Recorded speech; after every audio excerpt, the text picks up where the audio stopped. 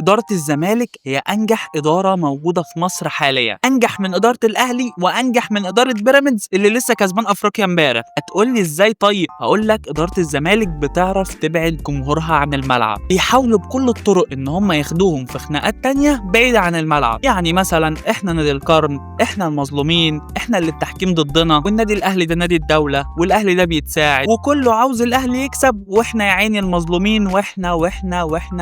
إدارة الزمالك مش عاوزة تشتغل وتتعب نفسها عشان توصل للأهلي، بالعكس خالص هو بيحاول يلاقي مبررات يشغل بيها جمهوره ويبعده عن الملعب، وده فعلا اللي هتلاقي أي زملكاوي بيردده، هيقول لك إحنا مظلومين، إحنا نادي القرن الحقيقي، وبطولة حلال أحسن من 100 حرام. عمر ما حد حس وفكر إن السبب جوه المنظومة، جوه إدارة ناديه، ولا عمره فكر مثلا إحنا لعبنا كويس ولا لعبنا وحش. يا راجل ده بيراميدز اللي لسه متأسس أول امبارح خد بطولة أفريقيا، وهم بقالهم 24 سنة بيحاولوا عشان ياخدوا البطولة. حقيقي بجد شابوه لمجلس إدارة نادي الزمالك.